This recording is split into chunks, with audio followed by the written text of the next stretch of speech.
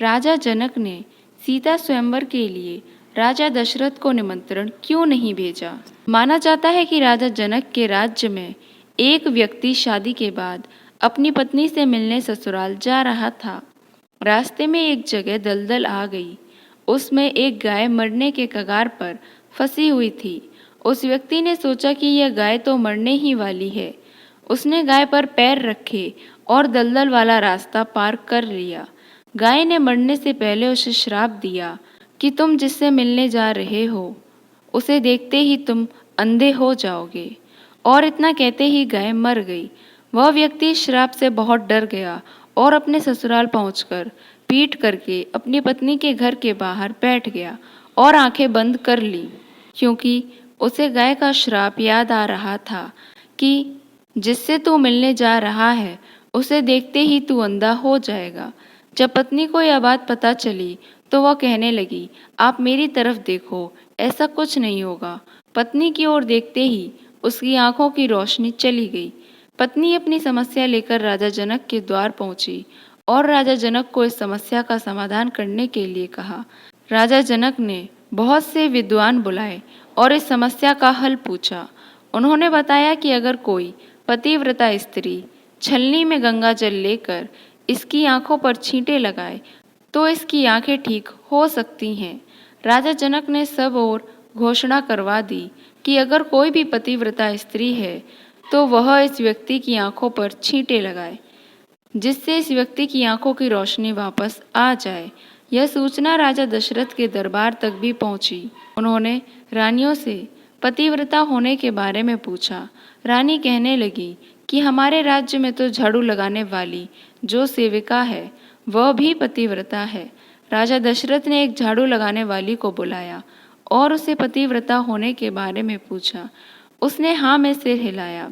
राजा दशरथ ने अपने राज्य को आदर्श दिखाने के लिए झाड़ू वाली को राजकीय सम्मान के साथ राजा जनक के राज्य में भेजा। राजा जनक ने भी उसका स्वागत किया। राजा जनक ने उस औरत से पूछा कि वह छलनी में गंगा जल लाकर इस व्यक्ति की आंखों पर छींटे लगाकर इसकी मदद करेगी। उसने हाँ में हामी भर दी। वह औरत गंगा किनारे पहुंची और उसने गंगा जी से प्रार्थना की कि हे गंगा मैया, अगर मेरा पतिव्रत धर्म सच्चा है तो इस छलनी में से एक भी बूंद पानी ना नीचे गिरे। यह प्रार्थना करके उस औरत ने छलनी में जल भरा तो छलनी ऊपर तक भर गई। उसमें से एक बूंद भी पानी नीचे नहीं गिरा। यह सोचकर कि गंगा जी का पवित्र जल धरती पर ना छलके, उसने थोड़ा सा जल गंगा जी में ही गिरा दिया और छलनी में जल ले गई।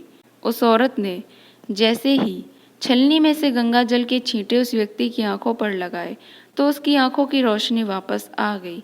पूरी राज्यसभा इस कार्य को देखकर आश्चर्यचकित हो गई। राजा जनक ने उसका बहुत सम्मान किया और उत्सुकता से पूछा, देवी आप कौन हैं? उसने बताया कि मैं अयोध्यापुरी में झाड़ू लगाने का काम करती हूँ।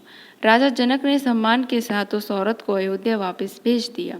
माना जाता है कि जब सीता जी का स्वयंवर राजा जनक ने रखा तो उन्हें इस घटना का स्मरण हो आया। उन्होंने सोचा कि जिस राज्य में झाड़ू लगाने वाली इतनी पतिव्रता थी उसका पति कितना शक्तिशाली होगा। राजा जनक सोचने लगे, अगर इस बार भी राजा दशरथ ने किसी भी साधारण व्यक्ति को भेज दिया और उसने धनुष का संधान कर लिया तो सीता जी को वर के रूप में उसे चुनना पड़ेगा। इसलिए उन्होंने अयोध्यापुरी में सीता स्वयंवर का संदेश नहीं भेजा। लेकिन कहते हैं ना, होता वही है जो ईश्वर की इच्छा होती है।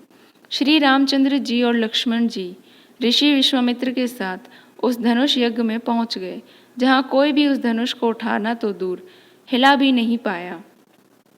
शिव जी के पिनाक धनुष को श्री रामचंद्र जी ने कब उठाया, कब प्रत्यंचा पर चढ़ाया और कब का टूट गया, किसी को पता भी नहीं चला। श्री राम ने स्वयंवर जीत लिया और सीता जी ने श्री राम को पहना दी। जय सिया राम।